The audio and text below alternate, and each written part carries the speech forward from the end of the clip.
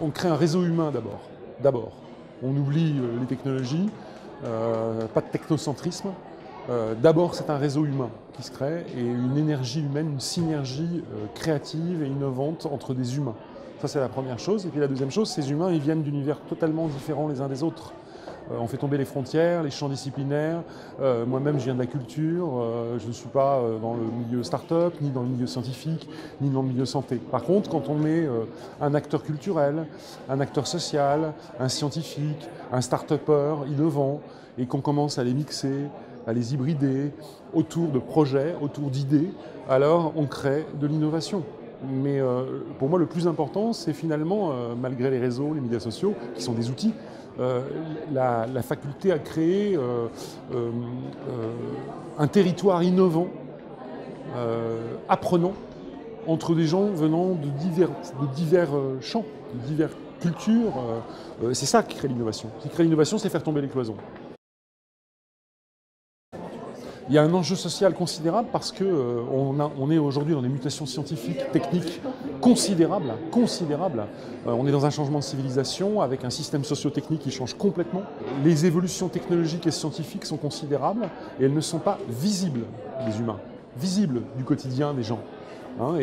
Comme je le disais, le chemin de fer en 1843, quand on a vu la première ligne de chemin de fer, tout le monde a vu la technologie, tout le monde l'a vu devant soi. C'était évident. Et le passage du cheval au chemin de fer était évident. Tandis que les nanotechnologies, la biologie de synthèse, les biotechnologies, les sciences cognitives, les neurosciences, toutes ces sciences nouvelles qui sont en train de converger les unes vers les autres sont invisibles du quotidien de l'individu, de la société. Et justement, des événements comme Hacking Health sont des plateformes, des passerelles de connexion avec la société, avec les gens dans la rue, faire avec les gens. Les infirmières vont monter un makerspace ou un Hacking Health infirmière, nurse, en s'hybridant avec des patients, avec l'administratif de l'hôpital, des gens qui sont dans le territoire de l'hôpital pour réfléchir ensemble à une nouvelle offre de services, de nouveaux usages. Et bien là, on revient à l'humain. Et là, les cultures numériques, au sens de culture contributive et collaborative, jouent pleinement leur rôle. La machine à dialyse qui a été inventée, j'arrive jamais à me reprendre, M. Kolff, qui a inventé, le docteur, qui n'avait aucun moyen, qui n'avait pas de R&D, recherche et développement, qui n'avait pas de crowdfunding, Kickstarter pour monter son outil, il a essayé d'inventer une machine à dialyse.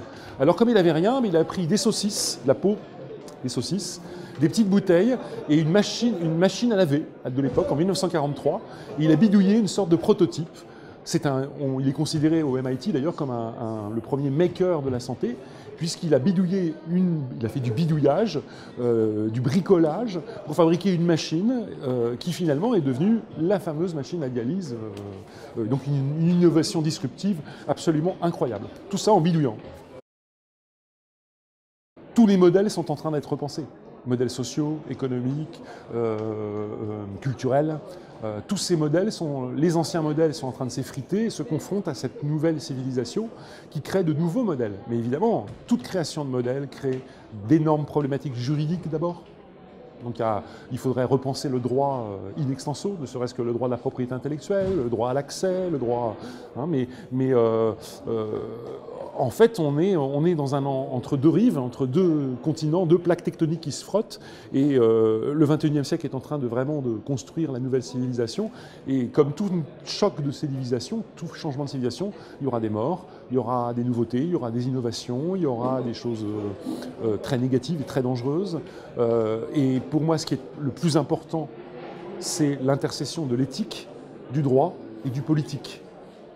Je vais donner un exemple, alors ça va peut-être pas faire plaisir au monde de la santé, mais IBM Watson. IBM Watson, c'est aussi la captation en machine learning de la totalité des expériences des médecins du monde entier. Donc IBM Watson va récupérer un système d'information absolument gigantesque en big data.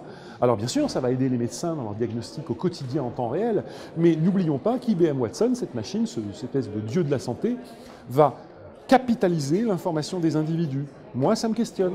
Ça me questionne en termes de propriété intellectuelle, mais ça me questionne aussi en termes de redistribution collaborative du savoir entre tous. Et là, j'ai quelques questionnements sur le principe d'IBM Watson, même si la machine est tout à fait exceptionnelle.